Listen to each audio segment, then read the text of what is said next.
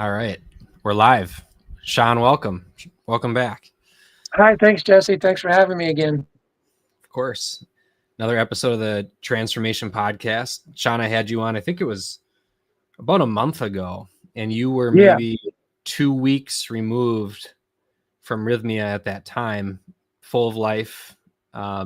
It's really fun to see what people look like when they first come back. It's like a new energy that's injected into this earth. Yeah, 100%. How does it compare to this point to what it was? I still feel the energy on a day-to-day basis. I haven't been keeping up with the Our Life app the way they ask us to, but I still feel like the weight has been lifted and I'm a different person and I can look at the world from, all the different angles without judgment or anger or frustration. I mean, there's definitely some sad stuff and some things that would make a lot of people angry going on in the world. But I'm able to see the big picture and kind of take it all in and formulate my own thoughts on it without being susceptible or overcome by propaganda or what other people think or say you should be feeling or doing. I'm still very much in my new skin. Still feel very light, very full of light and love, and still just very anxious to share that with the world. I had a integration specialist on the podcast a couple nights ago. I'm actually probably releasing the episode tonight, and this is a guy who has done this for 20 or 30 years. He's Wow. out west, and he has an institute called the Integration Institute, and he has a book coming out this fall. But a lot of what he talked about was the life that we create is all between our ears. And Yeah. that's like the biggest thing that I've noticed since coming back from ayahuasca is the reality that I create between my ears is a much more controlled, realistic reality and a very self-aware reality rather than maybe a personal hell that we put ourselves through. Sure. What you're saying makes a lot of sense to me because it's something that feels very similar for myself. Yeah, very cool. Very good. Yeah. So what else is you had mentioned at the dealership, it's a little bit slow and you deal with it a little bit differently now. Is that you think maybe some patience that you found through the ayahuasca or?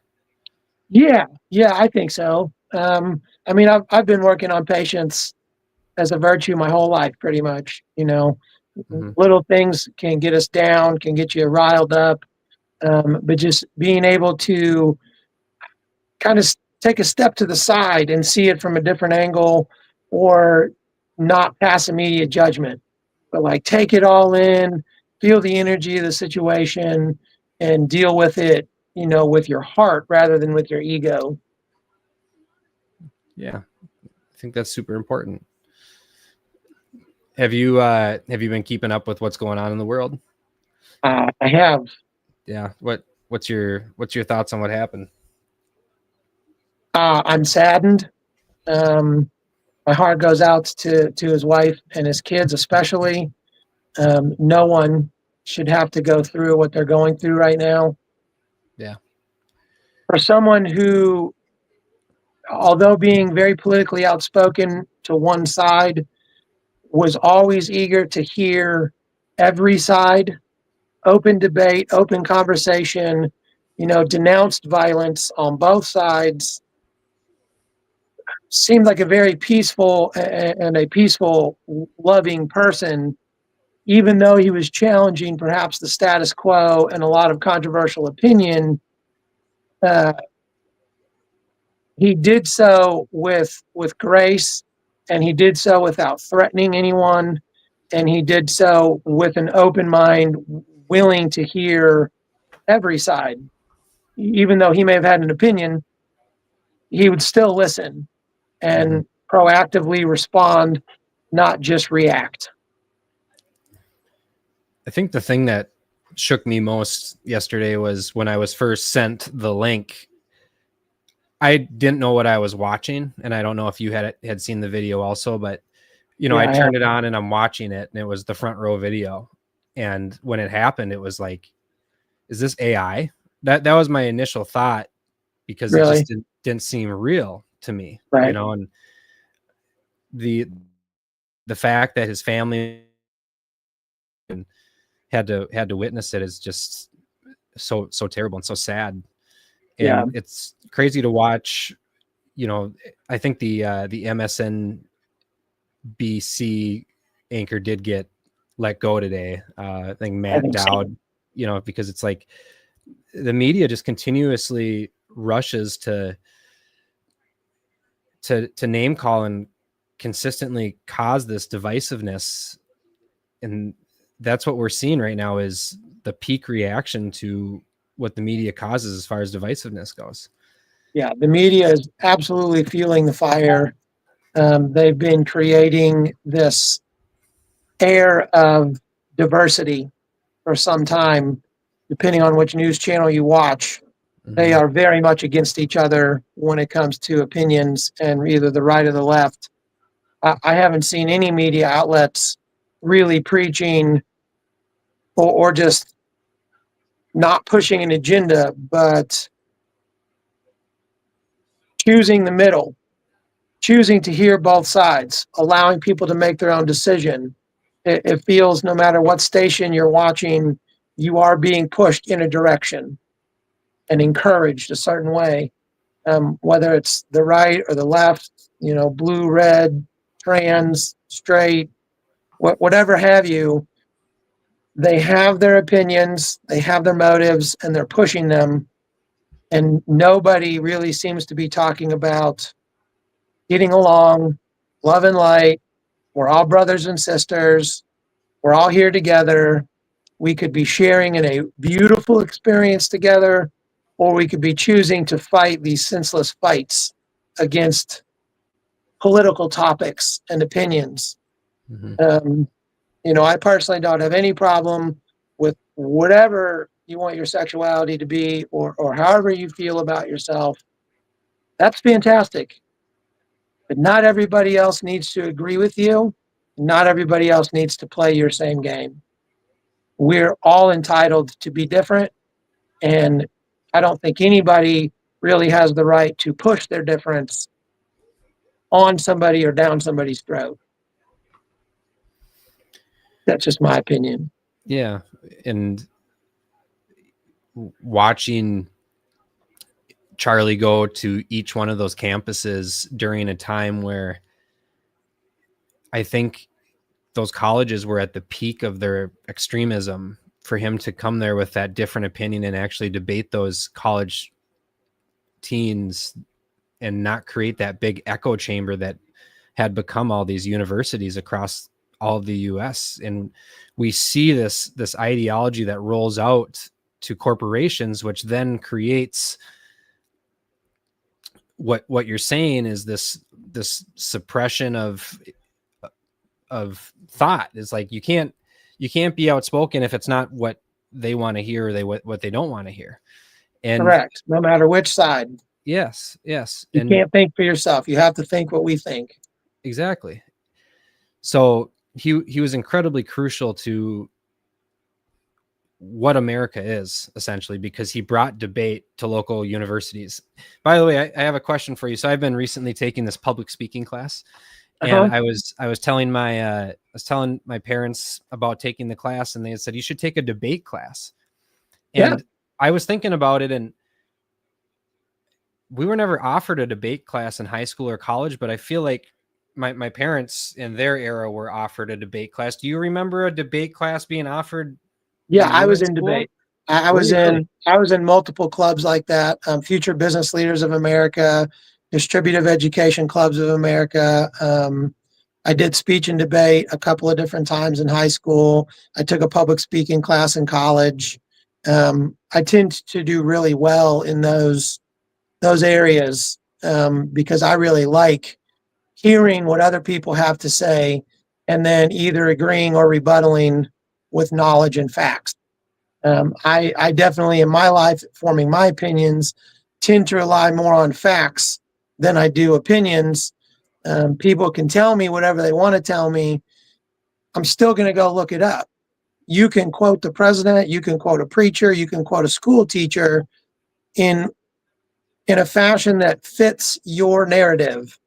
I'm still going to go find the original conversation or the original interview, and I'm going to watch the whole thing so that it's not taken out of context, so that I can develop my own thoughts intelligently and not just try to repeat what other people are saying is the way. What you're hitting on is something that we were just talking about, is thinking for yourself. That's not a skill that's taught. It doesn't Not seem really anymore. My generation younger, the whole idea of thinking for yourself is considered conspiracy theorist, I think is the best way to put it. I get that a lot. That definitely resonates with me. I feel like that's very accurate these days. If you free think, you're being labeled as a conspiracy theorist a lot of times, depending on if your thoughts fit their narrative, whatever side it is. If your thoughts don't fit their narrative, you're a conspiracy theorist. Do you think they catch the guy? Yeah, I believe that. I think they already have. I think they've got somebody in custody that is the person of interest. I think there's a news narrative that's going to draw this out a little bit. So it's been announced that they found him? I think I've watched several videos today that said they've got multiple people that they're talking to. They have a person of interest that they're currently interviewing. I saw some pictures. Yeah, some still shots from the video. They say they have plenty of video surveillance of him coming in and leaving. They found a weapon. I haven't decided whether or not that could be a plant. There could be an agenda behind it. We don't know because we're only being told little tiny bits. Yeah. But from what I understand, the FBI has a lot more information than we're being allowed to know of. And it feels to me that they've got somebody. I don't know 100%. Obviously, I can't. They haven't made the official announcements.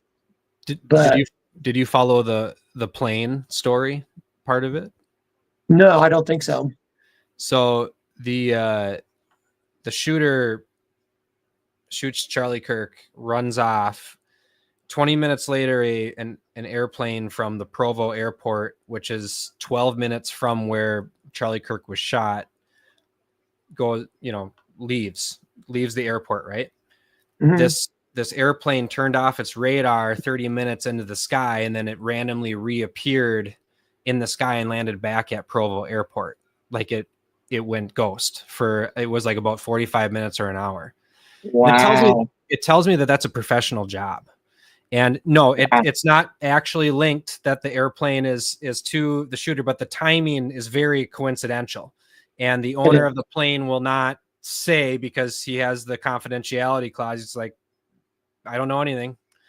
So it suggests to me that this is a very, very high-end job overall. Like this is not they can plant all of the terminology that has been used in these school shootings on the magazines and the guns, and they can carve these messages that are like maybe extremism, left or right. Like they can throw all these political narratives at us that are what I believe to be false flags. Sure. And there's a real underlying consistent entity behind a lot of these things. And I don't believe, if you're not digging deeply into it, you'll never know what it is, because on the surface, what it is an assassination, but there's so much more to this. There's layers and layers and layers. Yeah, I believe you're right. I believe that could be way more important in what happened than anyone realizes. I think you might be right. So I've watched a couple different videos, and I've been kind of following a lot of this on Twitter. Did you see the Amazon thing? No. So Amazon, this is all over Twitter. New York Times had reported it, and I think one other publication had reported it, that on September 9th, a book was released on Amazon called The Shooting of Charlie Kirk, and it was a two-chapter book for $6.99. What? Yes. And Amazon has since removed it. But the two chapters were describing exactly what had happened. And the name of the author of the book was Anastasia J. Casey. And this Anastasia J. Casey doesn't exist. You Google search her, you do some different Twitter searches. All you can find is this is the name of the author of the book. A couple people bought the book, and it was literally just the two chapters of what happened. So that's weird. That's super weird. And it could be an anagram. Here's another weird thing. One of those publications that reported that Amazon book being sold a day prior, they had a headline of a news story of Charlie Kirk being shot a day early. That also, it was on InfoWars today. Alex Jones, he was showing all the screenshots of it. Wow. So there's a couple different theories. There's a couple of different ways you could go about this. One, it of course was planned, and there's a certain group of people that run the media and are able to pull some strings and can cause some false flags to create civil unrest. Yeah. Or this is one other thing I thought of today. AI runs our world, and I don't believe regular people really understand the power of AI at a higher level, such as government or at an elite media. I'm wondering if AI is now at a point where it's able to predict our future, just based on maybe the data that it continues to collect on Twitter for different Twitter posts. Because I don't know if you had seen this in the news, but there was a lot of different Twitter posts that were foreshadowing Charlie Kirk being shot as well. All of them non-binary people. And we can kind of get into that, of these non-binary people being in these Telegram groups that are run by these Satanists and sadism. But I'm wondering if AI is able to somehow collect all the data, get the feeling of what the temperature is, and then is creating some sort of language model that's predicting our future before it happens. That's the other theory I'm thinking of. I think it's entirely possible. I think there's something a whole lot deeper with AI than anybody, in the public society realizes. It's probably far more advanced than any of us know. And what we're playing with, Gronk and Chat GPT and whatever. I think we've only scratched the surface, and I don't think we truly have any idea what it's capable of. I just wonder what the world looks like in like 5 years from now. It's growing so quickly as far as like even videos go, and AI is able to make movies now. Right. And it's like the ego part of me is terrified of what it could look like in 5 years. Yeah. But the heart inside me, the spirit side of me, the part that connected in the ayahuasca that I remerged with my soul, that part of me says the world is going to wake up, that these tragedies that are happening are going to spur more free thinking. More people are going to wake up, and I don't mean woke, I mean wake up to the reality of what they're doing to us with the media agendas and what AI is capable of. And I mean, I personally would love to denounce some technology and step back from it and go back to the old ways of talking man to man. Deals are done with handshakes. My word is my bond. Like the ego part of me is scared for what could be coming. My spirit still believes that people are going to wake up and we're all going to be able to live together functionally, with love in society. I don't know how dark it's going to get before the dawn. They always say it's darkest before the dawn. So it's pretty scary to think about how dark it could get first. But I'm still very much hopeful that we wake up to the light and can live together in peace. I don't understand why everybody is so divided, but I know that it's been happening for decades. Whatever the topic is, they've been dividing the country, they've been dividing the world. You know, there's going to be the trans rights, people are divided. There's going to be Republican, Democrat, people are divided. There's going to be, I mean, all the way back to how Princess Diana died. There's two sides of that. People that believe it was a conspiracy and she was murdered, and people believe that it was actually just a car accident. Um, I don't believe it was an accident.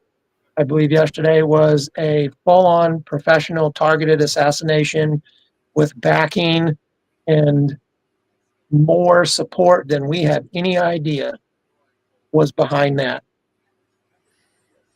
But I don't think they're going to succeed in whatever their agenda is, because I think there's enough people watching and researching and learning and formulating their own opinions now about the assassination yesterday, that they're not just going to go along quietly.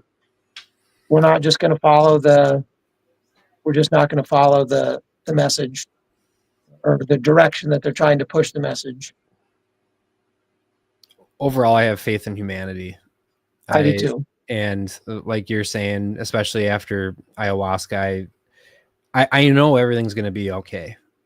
And like the biggest thing that I've realized in this journey is like, I'm just chasing my purpose. Yeah. And 100%.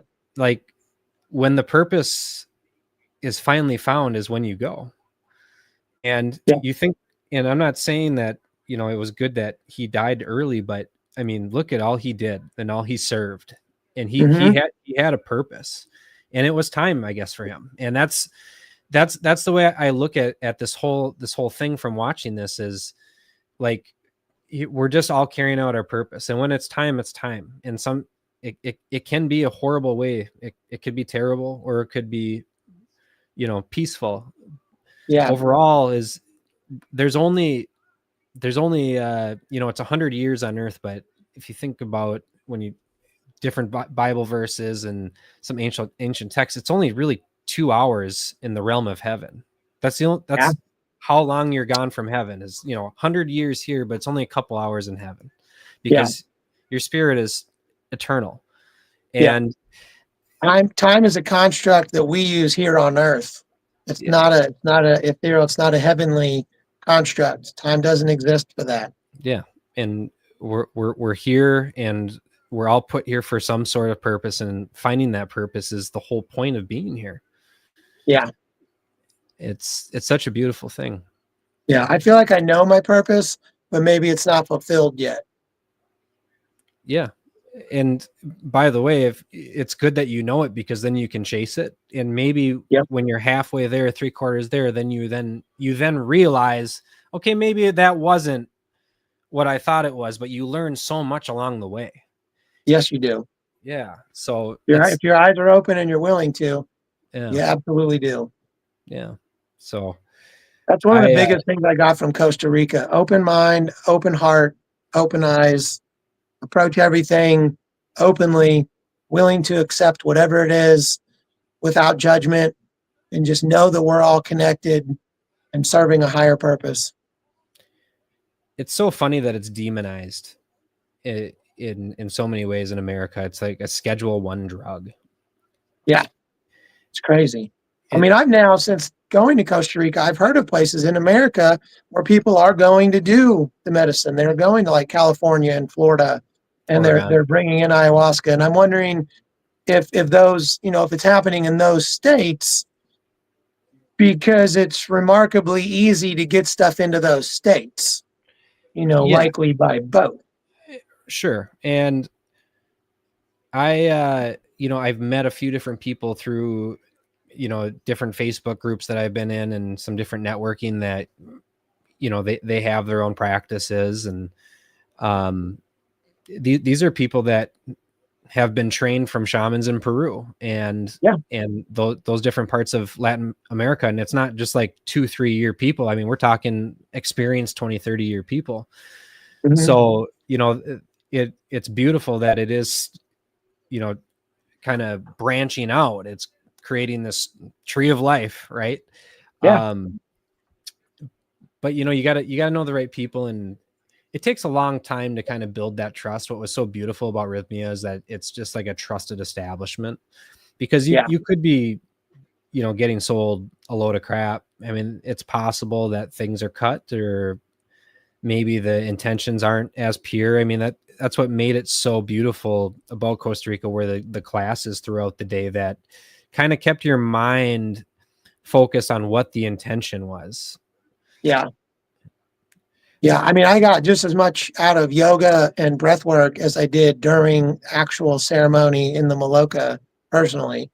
I feel like the people that were in my group equally had, about as many breakthroughs out of ceremony as we did in ceremony, because of the continued, conversation happening all over the property, in the classes, in the gym, in the spa, in the sauna, in the cold plunges, at breakfast, at lunch. Yeah. I've stayed in contact with a lot of people, but I do want to call out my Facebook group, Lightworkers Group 423. You guys need to get online and share, please. I went to the Facebook page the other day, and I will say this: maybe people are sharing and I don't know, because I just turned off Facebook and Instagram, deactivated both of my accounts. So to anybody who's sending me messages, I'm not getting them because I turned it off. I am taking a voluntary step back from social media, just for the purpose of trying to clean up my psyche, get back into the medicine, get back into the rhythm that I was doing so well at when I first left Rhythmia. Because I do feel myself kind of drifting away from the mindset on occasion. Being at work and it's very slow can be disheartening. I'm reminding myself why I'm here and why I'm doing what I'm doing, and that those details don't really matter in the big picture, because I know I'm being a good person and I'm showing light to others. I'm sharing light and love with others. So no matter what your job looks like, no matter, if you get frustrated with things at home, you can get back into the breath work, go do some meditation and be right back in with spirit, the same as you were when you were at Rhythmia. We have the power. They taught us. It's inside us. The medicine puts you in touch with you and your spirit and other spirits. It's not, you're not only experiencing these things in the medicine, is what I understand they're teaching us. It goes way beyond the medicine, and we can take it anywhere we want. It's our choice. It's our belief. It's our light and love that we get to share. Have you thought about doing a psilocybin experience? I would love to try that. I'm open to try anything that expands my mind and consciousness. I've done mushrooms a bunch of times in life. I've never had what they would call a bad trip.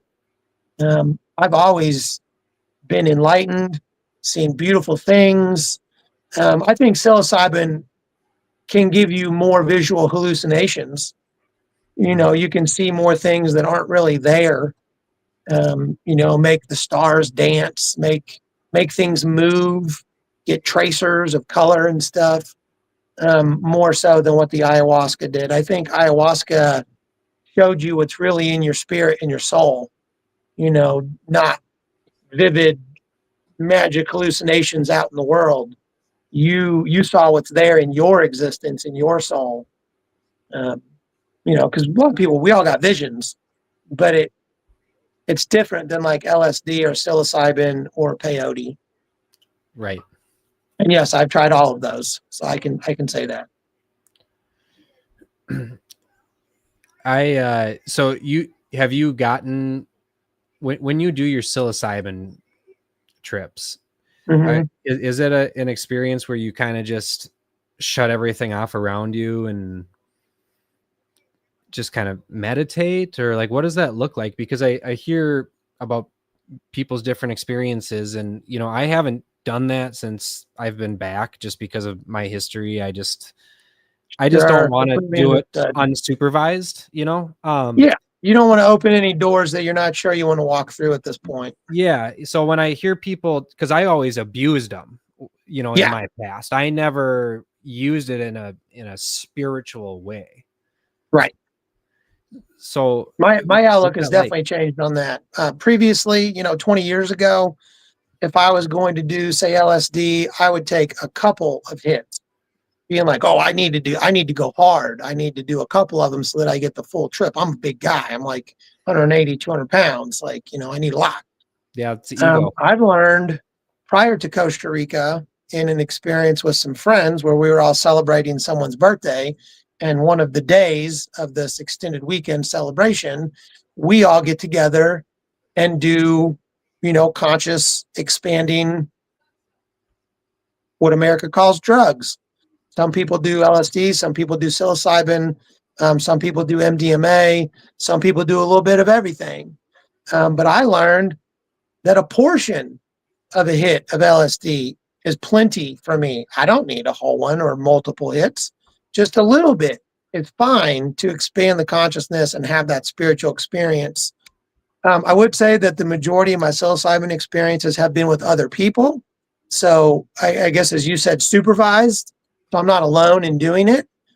But almost always, I will not necessarily pick time, but I will find myself taking time alone to reflect or experience my experience, just me, and be able to look inside sort of to my spirit and have that internal conversation rather than just outwardly, experiencing it with other people around you. I will say a lot of times that I've tried psilocybin, we've chosen to watch something funny, maybe an animated show that's comedic, because it's really nice to laugh with all your friends. Yeah. You feel a lot.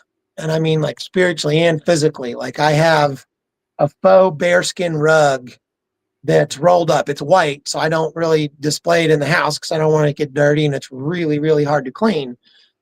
But whenever I've done psilocybin, I get this rug out and I lay it down, and I'll like take my shirt off and lay on it and like roll around in it because it feels amazing. Sure. And just Yeah. kind of be in the moment. Is that the stem that gives you the body high, and then it's the cap that gives you the head high? I honestly can't tell you. Okay. I've typically done a little bit of both. Okay. The best experience I've had, I can tell you, is everything ground up and then made into tea. So it looks just like what would be inside a tea bag, and you boil it, and when it kind of sinks to the bottom, it's not floating. You're pretty much done, and then you pour it and drink it. The way I understand it, if you were to ingest the stems and caps, it goes through your digestive system, your stomach acid, and digesting it kills and disables a lot of the psilocybin. So you only actually absorb a portion of it through your stomach lining. But when you drink it, the fluid is absorbed much faster. And so it takes less mushrooms to get the same or better effect if you're drinking it in tea. And so I've tended to, even when it's been given to me in the form of like a chocolate bar where it's mixed in with the chocolate, because anybody that's done mushrooms tells you it tastes terrible. Ayahuasca tastes terrible. Ayahuasca tastes good. Yeah. Mushrooms, Yeah. I've never minded whenever I ate them. I mean, they're not great. No. Like, I wouldn't choose to eat them, but they never bothered me.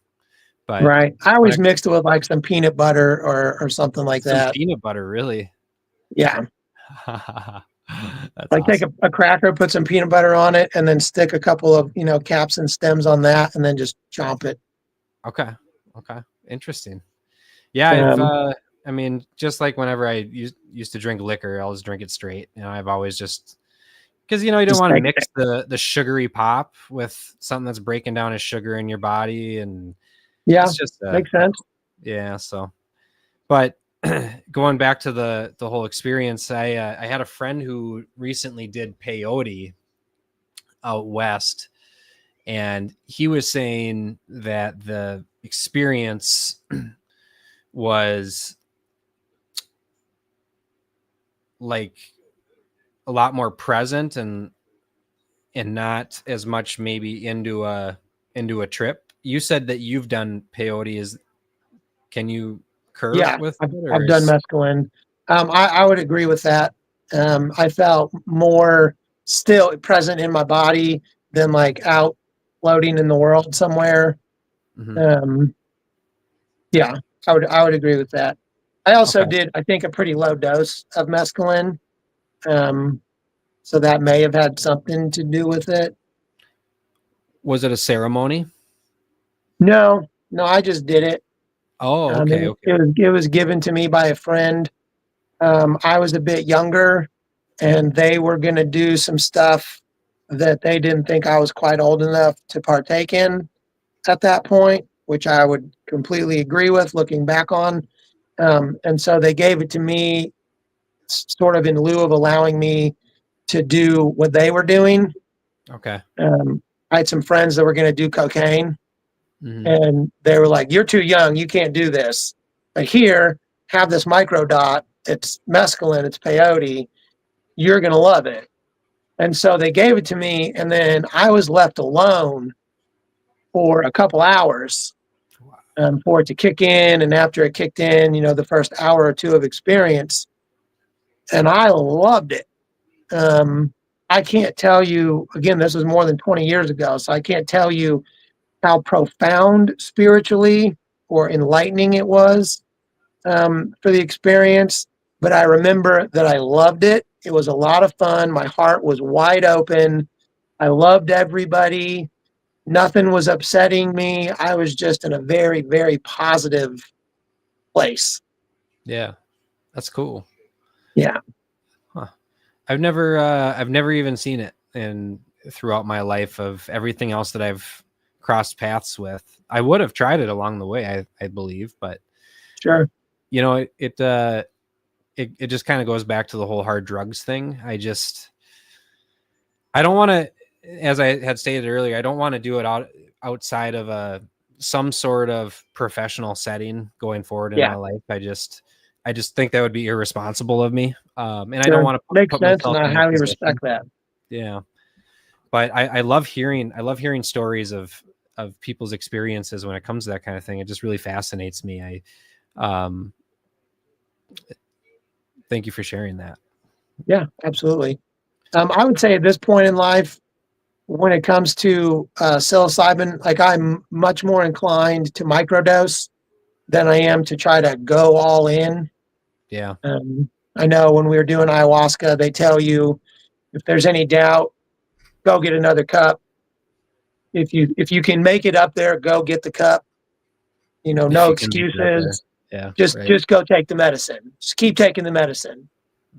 And I fully get that. And having been there and attempted to go up and get more medicine or raised my hand and asked, is this all we can get? 3 cups? I since then completely learned through the experience they want you to come up and take as many cups, Hmm. but they will also let you know when you've had enough because they know where you are. I don't know how they knew, but I completely believe wholeheartedly they knew exactly where I was at in the medicine. They knew exactly how much I needed or didn't need. And I think, like we talked about on the first podcast, the first episode I did, I don't think I ever got more than 2.5, maybe more than one time. Yeah. And I went up, and they were just like, no, you get this little tiny bit. You don't need it all. You just need a little bit. Yeah. Do you have a time frame of when you would want to go back? What ideally? I have some friends that are going in November. Okay. Somebody that was in my original group has rebooked for the end of November, beginning of December. I would kind of like to go then because I wouldn't mind, seeing them again and re-experiencing. Um, I'd really like to book it for February because I'm told that Tidal Week is just hands down amazing and like you really go deeper. And so I'd like to experience that. Tim, And that's in February. yeah, that's in February. I believe Tim and Okay. Teresa are talking about going back in March. That's when I'm Again, I would thinking I would myself. love to experience it with my friends, Yeah. especially my brother who recommended I do this. And then I did it and had such a profound life-changing experience where, still literally miracles happened. Yeah. I would love to experience it side by side with them, even though you and I both know the experience is solo. Mhm. They don't want you talking to each other. It's not like you're going to go, share visions and conversations with Jesus with each other in the medicine. Right. You'll talk about that tomorrow at breakfast or Yeah. in the sauna or something. Um, but I would like to experience it with people that I know. I do believe that the medicine calls you forth, and whatever time frame that is the correct time frame for you. Just like when I went, it was the right time for me. Same with you. So I don't know which one I'm going to do. I haven't booked it yet. I Right. still kind of feel like my sister might do it. Like, I think she's opening up a little bit more to it. She continues to do research Mhm. and understands that some of her medicine she'll have to come off of, but some of the medicine it doesn't sound like she will have to come off of. So there's still a possibility she could come forth and say, I'm going to do it. In Okay. which case, my paid gift certificate, was originally for her. Mhm. But, if it gets to be much closer to the end of the year and she hasn't opened up and said, yeah, I want to book it, I'm probably just going to book another trip myself because I am anxious to go back. I have not reached out to the GM of Rhythmia just yet. I'd like to get a few more things kind of lined out in my life before I try to make a big jump to go down there. But I would like to volunteer with Rhythmia. I would like to work with Rhythmia. I 100% believe in what they're doing. I think everybody should go experience it. If you're not going to go there, then do your research and find a place that offers the classes, the medical attention, you know, that offers the amenities that they offer. And I don't mean the swimming pool and the gift shop. I mean the staff, the Mhm. people who are really there to support you. Find a place with professionals who will truly support you in your experience. Everybody go do it there. Whether it's Rhythmia or if there's another miracle place that exists out there similar. I received some messages from an organization in Panama that's doing something very similar. They even offer stem cells, just like Rhythmia did. Um, I wouldn't be against going somewhere like that to have a different experience, Mhm. but I believe Rhythmia is the best. I think I was called there for a reason. And I would like to, in the future, work directly with them, whether it's on a volunteer or an employment, position. I just want to be a part of it because I believe so strongly in what they're doing. Look at that. We were talking about your purpose. Yeah. No, Yeah. I believe my purpose is to spread love and light around the world. Yeah. It's been in my prayer long before I went to Rhythmia. Sure. We may have touched on this in our previous episode or conversation. I was asked by a really good friend of mine who's a devout Christian, goes to church, wears a bracelet all about Jesus. Like, they're all about Jesus. Yeah. And that's awesome. My God doesn't have that name. I was told by another very religious person lately that the true name of God isn't God. It's not Jesus. As we would understand it, it would be pronounced like Yahweh, which is truly the sound that you make taking in and exhaling a deep breath. You go, Hmm. kind of sounds like Yahweh. Mhm. Well, I connected that with the grandmother of the medicine. It's called Yahweh. Yahweh night is your big night. Mhm. These are too similar to Yeah. me. Right. The similarities are too profound. We are all connected. I don't care what your religion is. You have faith in a higher power. I believe in a higher power. Yeah. I don't care what book you read. Right. You have Comcast and I have DirecTV. We could still watch the same shows and Yeah, we can still exactly. have different opinions, but we could Mhm. still be best friends. Yeah, that's right. Yeah.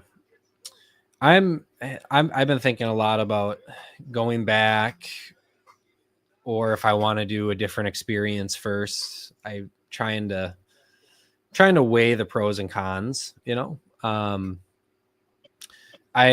have been kind of in talks with some different people in Peru about doing like more of a Amazonian jungle experience. That would be cool. Yeah. And, it's still professionally guided, still kind of like a resort, but a little bit more like off the grid, a little bit more native, authentic, Yeah. So I'm kind of weighing my options. And part of me is thinking, and I guess this is me being recovered from addiction, is like, how many more times do I need to do this to continue feeling good about myself? Am I able to continue the energy the medicine has given me without needing the recharge? And I constantly battle my mind with that. Is like, okay, is this something I'm gonna have to do for the rest of my life every year? Right. And, Do you think that's ego asking you that question inside? I don't know. I don't know what that is asking me, and that's what I've been trying to figure out. I do a ton of journaling, and Mm-hmm. I still do a lot of meditation, and I get a lot of these inner, I guess, conflicts like this all the time, and I kind of go back and forth, and it comes back to what we were talking about earlier about having faith in humanity. I have faith that I'm going to go exactly where I'm supposed to go, and Yep. everything's going to be okay. But I've just don't ever, I've been so numb on hard drugs for so long in my life. I just don't ever remember feeling conscious of what's actually happening in my life. And it's a very surreal feeling. Yep. Yep. I can see that. But you said that I think in the first podcast that you kind of had a similar experience with hard drugs, right? I've definitely tried them. Tried a bunch of different ones. I liked it. I didn't like it. I realized I don't need them. Yeah. It is much easier for me to go days without smoking weed than prior to going to Costa Rica. I will say that I still do smoke weed. Mm-hmm. My intention coming back from Costa Rica was to only do it like within ceremony or in like celebration with a friend or something. Yeah. I've done it more than just celebration, and I've recognized that has kept me in a certain like psychological outlook, or it's not preventing me from having the thoughts, but it's allowing the voice inside my head to continue to talk, and I listen. Yeah. I don't necessarily react the way I used to, but I've noticed the voice is still there. So, there wasn't a death to ego. I was just able to tell him to shut up and sit down, have a seat at the table. You're welcome to listen in, but you're not leading the conversation. But I will still find myself a lot of times, especially when driving. I've noticed I'll turn my music off, and I love music. Like, I always put a nice stereo in my car. I only buy cars that have good stereos, or I upgrade them if I need to. Mm-hmm. Music is a huge, huge part of my life. I really love anything that gets the soul moving. Bob Marley, 311. There could be rock music, it could be gospel music, but something that vibrates with your soul, that gets you going. Music is a huge part of me, but I've been finding, especially on my commute to work, I'll turn my music off and I'll listen to what's going on in my head, and I'll try to change the narrative. If I'm hearing things like, oh, I hope it's not slow today. Oh, I hope this customer doesn't cancel on me today. Realize you're vibrating those negative vibrations. You're vibrating cancellations. You're vibrating it being slow, because that's what you keep thinking about. Even though in my mind, the conscious thought is, I hope it's not slow. If that's the repeated thought, it's going to be slow. And that's what happens. And so I've been working on, when I'm getting dressed and ready for work, speaking out loud positivity. Man, it's going to be a great day today. It's going to be busy. I'm going to sell 2 cars today. Yeah. Like, everything's going to flow nicely. And I've been noticing positive things happening when I do that. I think journaling is very powerful. You said you've been doing a lot of journaling, so good job. I think everybody could be doing that. And I would invite anybody who does journaling to go back on a weekly basis and reread your journal. I should do Maybe that. adjust how you address yourself in your journal. Because maybe you're doing the journaling every day, but maybe it turns out what you're journaling isn't bringing in the positivity and the light. You might actually still be focusing on the negative aspects. So what you're writing down is the things that didn't work for you that day, instead of writing down the things that are going great, Yeah. or manifesting the things you want to happen by writing them in a current time frame as if they are already happening. And I mean, any life coach will tell you, when you journal, you manifest by writing your goals as if they're already occurring. They're happening in real time, even if they didn't happen yet. That's how you write them, and that's what manifests. That's what brings about that vibration to attract those things to you, is by existing in that current positive light. Does that make sense? It does. In my public speaking class, the first exercise that I had to do is I had to talk good about myself for a whole minute and a half. Did you find that to be difficult? I found that to be extremely difficult. He goes, okay, I'm gonna set the timer, and I started. He goes, tell me why you're great. And I got through, I want to say, about 45 seconds. And as I was complimenting myself, at maybe the 6th or 7th time, I got very uncomfortable. And what I ended up doing was I countered my compliment with a dig at myself. No. To, soften the blow of me being arrogant to somebody else, because it makes me so uncomfortable to be arrogant publicly. Right. And it's not, it is in a way, when you're asked to do that, is kind of a bit of a reflection of yourself, because I thought about that a lot, and I was like, wow, like, can I actually speak good about myself for a sustained amount of time? I've been practicing, but it's hard. It's very hard.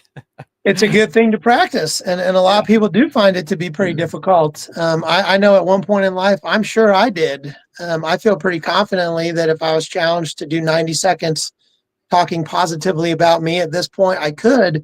And I do thank Costa Rica experience for broadening my ability to do that. Part of my show me who I've become, when they talk about the split, and they try to get you to go back and figure out when in time that happened and what the occurrence was. One of mine was, I was probably about 9 years old, maybe 8 or 9 years old. I know it was elementary school, somewhere around 2nd or 3rd grade. I had said something about myself, and a girl told me to stop being cocky. And I was like, I'm not cocky, I'm confident. And some people were like, there's a thin line between cocky and confidence. Yeah. And you have to learn how to walk that line without coming across, as you said, as arrogant, but be able to speak of yourself confidently in a good fashion, in a positive light. It's all about I feel I'm a really good person, and I try really hard to be a good person every day. Are there people out there that don't like me? Absolutely. I'm sure I've rubbed people the wrong way in certain circumstances or certain occasions, but I forgive myself for any of those wrongdoings, which is part of what makes me a good person, because I have forgiveness. One of my practices every day, just speaking out loud things that I'm grateful for. Saying thank you to Miss Moon, and saying thank you to the flowers and the sun and the clouds and the rain, and whatever it is, just thanking those around me for being around me and allowing me to have this wonderful experience. I listened to a band called The Movement, and they do a bunch of their songs. They've got intros that are excerpts from movies or excerpts from other musicians or excerpts from like motivational speeches. And one of them talks about, finding God, finding the enlightenment. And he invites you to look and realize that just the ability, he compares it to a paper cup. And he's like, just knowing that the ability to see that paper cup and to exist in the same place, and just to be able to see that and to be able to see the world and to hear the sounds and experience the smells, that is being with God. That is God. Just our ability to experience all this stuff, to take it all in and then make something of it, make it mean something to us. That is sitting with God. And I'm like, okay, all right, from that opinion, I've learned to stop and smell the flowers a little bit more. I've learned to be more open-minded in conversation. People can have different opinions. That doesn't mean they're wrong. We just think differently. I feel pretty confidently lately in my attempts of dating to recognize toxicity and to recognize narcissism and to recognize people who are struggling to think highly of themselves, that will tell you something cool about them. You don't have to tell me. I can see it. I can see it in your smile. I can see it in your eyes. I can see it in your day-to-day behavior. You don't always have to speak positively of yourself. If you just exist in a positive light, people will just pick up on that. And I've definitely noticed in the dating world recently. Let's talk about that for a sec. The dating world. What? Give me like your top 3 red flags. Oh man, my red flags have completely changed prior to Costa Rica. Red flags now: inability to be open-minded. Okay. Or refusal to see someone else's side. I was on a date the other night, and within the first, I would say 90 seconds of us sitting down at the same time, we were in a disagreement, and she started arguing with me about it. And I'm like, there's no need to argue. I know what I know. You know what you know. Your experience is yours. Mine is mine. Why are you defending that so wholeheartedly and aggressively? Sean, I'm not talking down to your experience. I asked you if you had any stories for me before we started. Tell me about this. Let's hear it. Or you want to share? Well, I mean, it was very short-lived. Like we went on one date. I went on one date. I don't know that I'm going to go on a second date. Not after an because argument. of the first 90 seconds of this other date. Yeah. But part of me is going, that's not fair. Don't judge on the first 90 seconds. Okay. Did the next 90 minutes go okay? Yeah, the next 90 minutes did go okay. It did. But I consciously changed the conversation. Okay. I consciously steered what we were talking about to a direction where we could both be in agreement on something. I chose a topic that I knew we both agreed on already, rather than continue to have this, what should have been an intellectual debate, but what was occurring as a flat out argument. Okay. Like, I'm not going to argue with you about your experience in your previous marriage. I'm going to ask you what your experience was. I'm going to take that in, and then I'm going to assure you that's not going to happen with me, because I'm not that person. I don't think that way. I don't behave that way. So why are we stuck on this negative narrative? Why can't we just agree to disagree? And it was the stupidest topic. We were disagreeing about divorce. Okay. Like, she was telling me that divorces occur this way, and that this is what happens to the man, and this is what happens to the woman. And I'm like, but that's not true. Everybody's divorce is different. Everybody's experience is different. Mine was different than yours. You can't say that your experience is the way that divorces occur. It's the way that your divorce occurred, but it's not the way all divorces occur. Like, she was saying that she was forced to leave the relationship with nothing, that he Okay. took everything because that was his prior to getting married. And I asked, well, That's did you legitimate sign a law. prenup? And she said, no, we didn't sign a prenup. And I said, well, then I apologize. You probably didn't have a very good attorney, because that's not the only way it could have gone. Yeah, It's the right. way There's that it other went for ways. you, but that's not the way that divorces typically go. Oh boy. Not the argument to have the intellectual conversation is a red flag, but I think another red flag stemming from this red flag, maybe we could call it like a sub red flag, is I think poor judgment. How does she walk away with with nothing as a woman in a divorce? Is that a good? Is As, that as a considered? man, I have no idea. If we Yeah. asked another female, she could probably voice a better opinion than I can. My divorce was perfectly amicable. Yeah. We shared everything that we had gathered together in the relationship was split equally. There was no animosity. That's good. I ended up with a bunch of her stuff that she just didn't want anymore. Mm-hmm. And there was no argument about it. I saw value in some of her possessions. And when she was like, I don't want that, I'm like, well, can I have it? Sure. Great. Perfectly amicable. All right. Red flag number 2. What is it?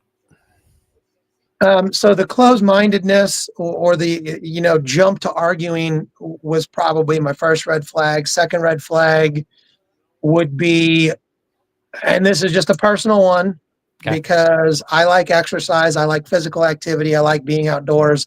I All like right. doing activities.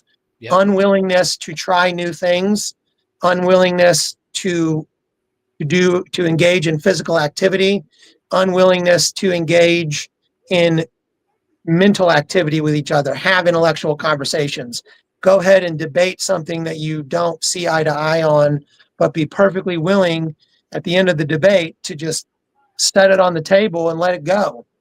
Mm-hmm. We don't need to rehash this. So I guess to put it in another set of words, to choose to hold a grudge, I'm not down with that. Yeah. I don't hold grudges really. No. I let things go. There's a lot of things you got to have a short memory on. Yeah. If something is said out of heat of the moment, it's not backed with any kind of malicious intent. It's just maybe what had occurred due to a spark, so to speak. Yeah. So short memory for sure. I mean, you can't dwell on the past. The rear view mirror is smaller. Yes. Than the windshield for a reason. For a reason.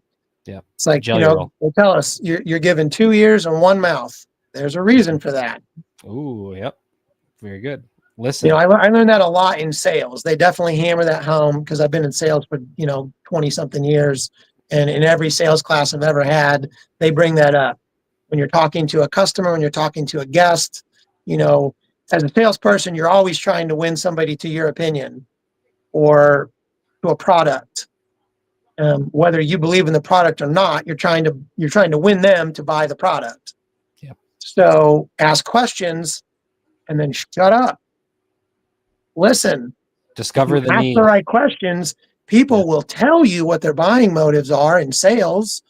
In dating, if you ask a poignant question and then you shut up and listen, the other person will tell you how to win them over. They'll tell you what makes them smile and what makes them feel butterflies. I would say that's red flag number 3, showing up on a date, having a conversation and having zero experience of butterflies. Yeah. I'm 45 years old. I still get nervous around beautiful women who I feel drawn to. I get nervous around not beautiful women that I'm drawn to. I went on a date with a woman who, and I told her this while we're sitting on a park bench together having a conversation. I'm like, honey, you are red flag city. Like there are red flags everywhere around you. And Wow. I don't care I don't because care. there's just something about you Mhm. that whether we agree or disagree, we can laugh it off and be totally fine with each other. We don't take it too seriously.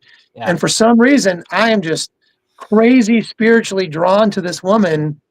And she's the first one in a long time to give me butterflies, to sit Okay. across from a table from her and share a meal and be nervous about what she might ask me or like where the conversation might go because I really want to impress her and I really wanted to like me. Yeah. And, you know, I just wanted it to go well. And so I love that even at 45, I still get nervous. That makes me feel alive. Would you say that's your favorite part of dating is that feeling? Is that I what? think that's the only thing I like about dating. Yeah. Okay. Yeah. Um, dating sucks. I want to Yeah. be in a relationship with someone who values me and I value her, and we lift each other up to higher states. You know, Sure. I want someone who's going to believe in me for all of my strengths and my weaknesses, who's going to help me eliminate those weaknesses and turn them into strengths. I've been thinking of doing, because I'm still in the job market. Like even though I've got a new job and I love where I'm at and I love the people I work with, it's not bringing me the financial freedom that I want, and so I'm still looking into other avenues. Yeah. I'm thinking of starting to do all video resumes and not handing anyone a piece of paper anymore or not submitting a document online. I'm considering sending in a video file. This is me. This is what I can do. Here's me excited about your product and your company. Please give me a chance. We can grow together. And that's what I'm looking for, not only in my career path or my day-to-day life of sharing love and light and enlightening the world, but in my dream relationship is that we build each other up. Yeah. Even if you've That's had a terrible day, please tell me about your day. If you want me to just listen, I'll just listen. If you want me to offer advice, I'll offer advice, but I'm okay either way. I don't have to fix your issue. I'm happy to try, but if you just want a shoulder to cry on or an ear to bend and listen, I can be that too. you touched on something really important that I currently am going through is build each other up. And that's something I've never experienced throughout my whole entire life and I don't mean any disrespect to anybody that I've dated in my past life.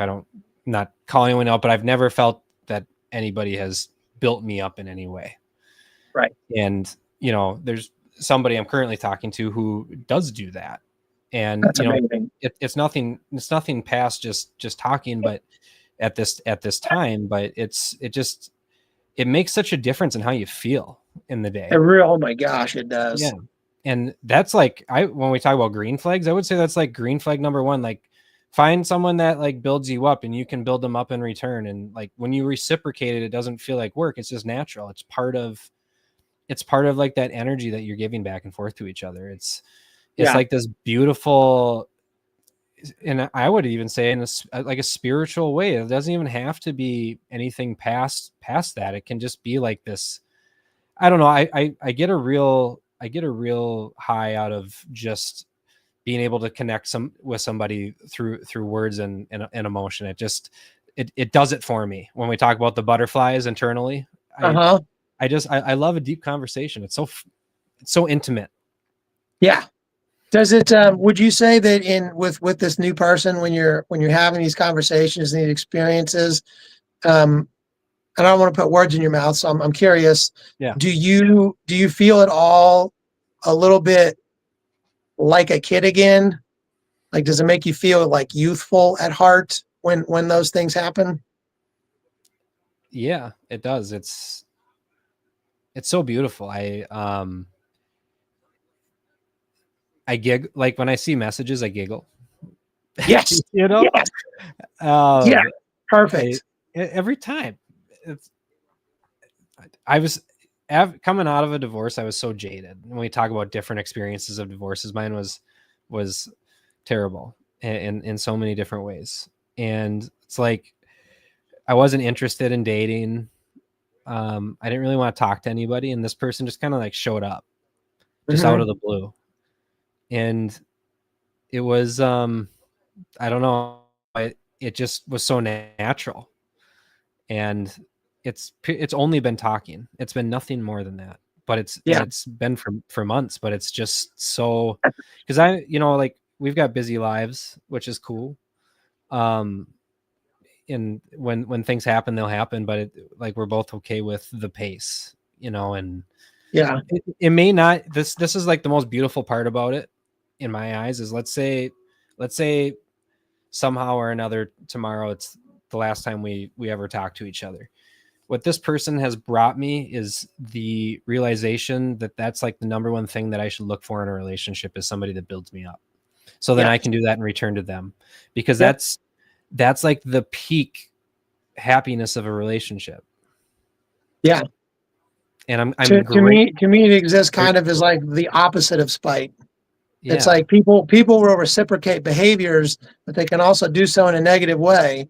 If you said or did something that like maybe hurt a girl's feelings or made her feel a certain way, not positively, how many times have they then lashed back out, tried to say something to hurt you or to bring you down a level? Right. And I mean, there's that phrase is all around, like, let me take you down a notch. Why? Why do we need to come down? Why can't we build it? Why is the phrase, let me build you up a notch? Let me take you up a level. Yeah. Let me tell you something enlightening and wonderful about yourself. I've come doing online dating, right? I've not had any luck meeting anyone in the old fashioned way, just going out about town. I understand going to the gym, which is where I love to go. I would love to find someone who loves to work out. So I would love to meet a woman at the gym and be able to talk to her at the gym. And I find it nearly impossible to talk to women at the gym because it just seems that they've got this air of don't talk to me. I'm doing my thing. I don't want to be bothered. To be fair, it is a space where they have to be defensive, because if they weren't, I mean, it'd be open season. Yeah, the gym could become a meat market. Oh yeah, big time. So I understand probably being a little bit uncomfortable sometimes, but at the same time, like some of the outfits, it's like, okay, well, maybe why'd you wear that? Yeah, if you don't want us to look, wear some sweats or something, or maybe not the booty shorts. Yeah. I mean, it is what it is. Dating is dating's like walking in a minefield, kind of. Yeah, it's a fucking dangerous game out there, man. And it is. When I first got divorced, I had done a couple of dating apps just to kind of see what that was like, because it was like the first time in 10 years I was on my own. Yeah. And there's so many prostitutes on these dating apps these days. Like they'll share their snap with you. You go in their snap and they're like, all right, $60 for this, $100 for this. It's like, whoa. Yeah, not what I was looking for. No, what the fuck is this? And it's littered with that shit. And it's like, okay, I guess I would have to do it the hard way, where I'd have to go out and actually meet somebody in person. I mean, imagine that. My generation doesn't do that. No. But I've realized that that's the only way, I guess, to do it if you're going to go out in the dating scene. I've fun fact about myself, I've never approached a woman in my life in person. Wow. No, yeah, that is definitely a generational difference. Yeah. I mean, I'm still the guy, and I've told this to girls that I've tried to date. Look, I'm old fashioned. I believe in courting. Like, I will bring you flowers. I will ask permission for things. I don't assume physical activity between us. Yeah. Like, we got to build up that connection first. The one that was just Red Flag City, like, I still think about her all the time. I met her fairly quickly after Arrhythmia. We connected. I was fasting. eating very healthy, exercise, yoga, meditation, breath work, all the things. And I guess you could say that I was preaching that also in my day-to-day life, talking about how wonderful all of it is. And at one point, we went out, we had this conversation. She started telling me these crazy stories from her past, which I will be very honest, absolutely scared me away. I was like, whoa, I don't think I need to be involved with this person. Like, I know there were red flags and I was willing to overlook those red flags, but this feels way too recent and way too much like she's still living in that mindset. Like the trauma is still very present for her, and it's still causing her to behave and exist in a certain way. And so later that night, after I got home, we were texting like good night, had fun, that sort of thing. And she sent me a message and she was like, look, you're a really great guy and I don't think anything bad of you. I just don't think we're a match. And my response was 100% agreed at the time. But I still can't stop thinking about her. And I asked her, since we're being so honest and open with each other, is it cool that we're friends? Can we still just hang out and have these open intellectual conversations? Because I really enjoy talking to you about stuff. She's like, yeah, absolutely. So we've hung out like a half dozen times, even though technically we're not dating. Mm-hmm. But the longer I've been away from Costa Rica and from Rhythmia, the more kind of back to the normal daily life I've gotten. I still think about her, and I'm not 100% in agreement that we're not a match. I think we still could be a match. There's just a lot of chaos in her life that I don't need to sign up for. Right. But it's the first person who gave me butterflies that was strong enough intellectually to tell me I disagree with you, and here's why, but we don't have to be apart. We can still talk and be friends and exist in life just the same as we did before we met. So I don't know. Honestly, I don't know. I don't know what's going to happen with dating. I did turn off, like I said, I turned off the social medias. I disconnected myself from these dating apps. I would much rather meet somebody in person. The best jobs I've ever had were from referrals from people. People I've been brought into a job, or I was hired because I knew a mutual connection between the hiring manager and myself. We had a mutual friend. Right. I dreamed that would happen, for dating, for my relationship. I also believed prior to going to Costa Rica that I was going to go to Costa Rica and I was going to meet somebody. I truly believed that in my heart going down there, that I was going to have a Johnny Mesner story where he came back to Rhythmia for like the second or third time. And on one of these occasions, his neighbor staying in the room across from him was a woman that came to him and was like, I see your heart. I see who you are inside. And I want to be next to that person.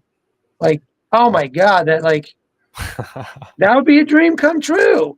That to meet some woman and have her be like, I see you. I really see you for who you are in the world. Well, that's for this very light beautiful. and this power. Yeah. That would be amazing. Like I said, so I'm not giving up, but I'm also no longer actively trying. That's the way right there. It's just let it fall. It'll the cards will fall where they're supposed to, and it just I'm going to focus on me and being the best me I can be, and showing the best gratitude and forgiveness in the world and the most love and light.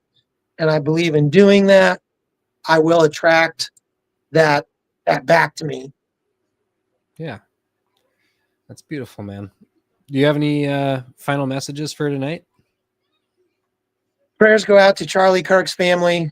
Prayers go out to the nation for all those mourning the loss.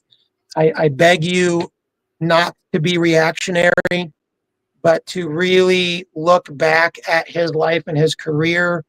Take it to your heart. Understand that his message was not one of hate and diversity, but it was one of love and togetherness. And by being brave enough to face the world's disagreements and want and push those debates, some people might see that as, oh, he was stirring the pot, he was fueling the fire. I see it as he's asking you to open your heart, open your mind, open your eyes, see each other as wonderful, godly beings. No matter what your differences are, we can all exist together. So again, same message that I say in my eulogies when I'm attending the funeral or the celebration of life of a friend or a loved one, is if there's ever a question who you should be in any given situation, choose kindness, choose love, choose gratitude and forgiveness, to be the love and light we wish to see in the world, to treat others as you want to be treated, and to not listen to ego, to merge back with your soul, look deep inside your soul and your heart, see who is truly there, and be that person outwardly every day. That's my message to the world. Be the light and love you wish to see. Be forgiveness, be gratitude. And if there's any doubt in a situation, choose kindness. Very beautifully put. Thank you, Sean. Thank you, Jesse. I really enjoyed doing these with you. Where are you located physically, if you don't mind putting this on air? Yeah, I don't care. Minnesota. Minnesota, okay. I want to Do I take have a an trip to accent? Minnesota. I want to meet you in person, and I would like to do a podcast like live, but like actually in the same room as you, so that we can truly vibe off of each other's energy. Yeah. Yes, I just remembered something. I had started a comment earlier about speaking to my Christian friend, and he asked me a very poignant question at one point, and it does have to do with religion. And so I apologize if there's anyone watching or listening that's not religious or this doesn't resonate. It just, something you said made me remember this. He asked me what I thought would happen if the rapture was to occur. The rapture occurs tomorrow, and everybody's called up to heaven. Are you going? And he pointed, he said, are you going? And I said very confidently, no, I don't go. I don't go immediately in the rapture. Everybody goes up, Jesus in their heart, whatever, what have you. You all go up to heaven. I'm not going right away. And he just, his eyes got wide, and he was like, but I thought you let Jesus in your heart. Oh, no, you misunderstand me. It's not that I'm not going for anything negative or anything that I've done wrong in this world. It's because God and I are in agreement. I am here as a light warrior. I'm here to fight for God. So when the rapture comes and everybody gets drawn up, I'm still here to fight the darkness and the demons, because I have such high quality and so much abundance of light and love that I am a warrior for good. So, a dragon. Yeah, absolutely. I am a dragon, and I'm here to spread love, forgiveness, and gratitude across all ethereal planes to every person living or spiritually. That is my wish to the world, is that we can find a way to touch each other's hearts in a positive way. So I really, really appreciate you doing this podcast and having me on repeatedly and allowing me to continually say that to the world. It's all about love, light, forgiveness, and gratitude. We don't have to live in a negative space. All right. Perfect. Thank you again. Yeah, my pleasure. Thank you, Jesse.